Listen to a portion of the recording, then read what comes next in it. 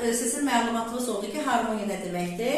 İndi isə gəlin Nərgiz Əliyevanın təqdimatına qulaq asaq, çünki o harmoniya haqqında bizə gözəl bir layihə yazdı. Buyurun Nərgiz.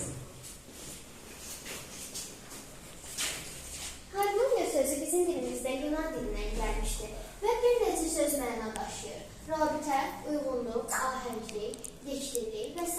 Daha dəqiq desək, bu sözün dərin mənası var. Həmahənglik. Orada həmahənglik var, orada harmoniya var. Bunsuz yaradıcılıq sevinci hiss olunmaz. Görülən işin nəticəsindən zövq almaq və göylərə baxmaq mümkün olmaz. Yaradıcılıq və harmoniya bir-birindən ayrılmazdılar.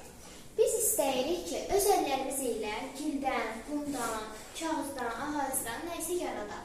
Yaratdığımız əşyanın bütün ölçüləri düz gəldikdə, heç bir əyriliyi olmayanda, heç nə nəzərdə tutduğundan artıq olmayanda, ondan razı qalırıq. Nə vaxt ki, hər şey bir-biri ilə bağlı olur, yaratdığın işdən zövq alırsan, gördüyün işə heyran olursan, bu zaman əhvalın çox gözəl olur. Deməli, harmoniya gözəllikdir. Biz harmoniyanı ən çox musiqidə, poeziyada hiss edirik. Əvəz yerə arxitekturiyanı musiqidə donmuş adlandırmırlar. Hər birimiz hiss etmişik ki, hərdən bizim əhval-ruhiyyəmiz ətraf mühitdən asılı olur. Əgər yağış yağırsa pis havadır və biz kədərlənirik.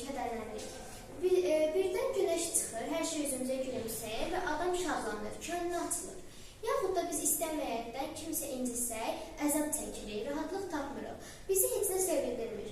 Hər şey öz arxasında həmahəng olanda, həm özü ilə, həm də bütün aləmdə harmoniya. Nəticələri harmoniyada nə başa düşdük? Harmoniya nə deməkdir? Bax, siz nə qədər orada informasiya bugünləri, gedək bir informasiya öyrəndik.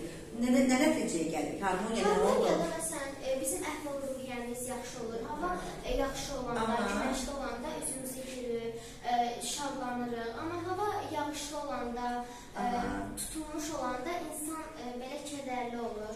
Yaxşı hiss edir. Buna emosional hisslər də deyə bilərik də şu an. Emosiyalarımızla, hisslərimizlə əlaqələndirə bilərik. Afərin, davam elə. Hər şey öz axarında həmahəng, bir-birimizdən və ətrafımızdakı hər şeydən asılırıq. Sözün mənşəyi Yunan dilindəki harmoniya sözünə dayanır və birləşmə, əlaqə, nizam mənalarını verir. Harmoniya anlayışı həm fiziki dünyada, həm də insanın daxili aləmində mövcud ola bilər. Həyatın müxtəlif sahələrində harmoniya axtarışı insanın daxili rahatlıq, müvazinət və gözəllik axtarışını əks etdirir. Harmoniya termini musiqidə xüsusi əhəmiyyətə malikdir.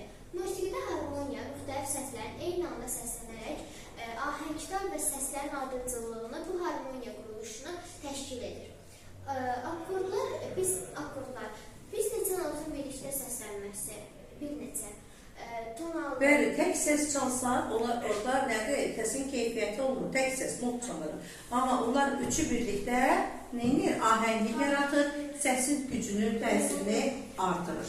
Afərin.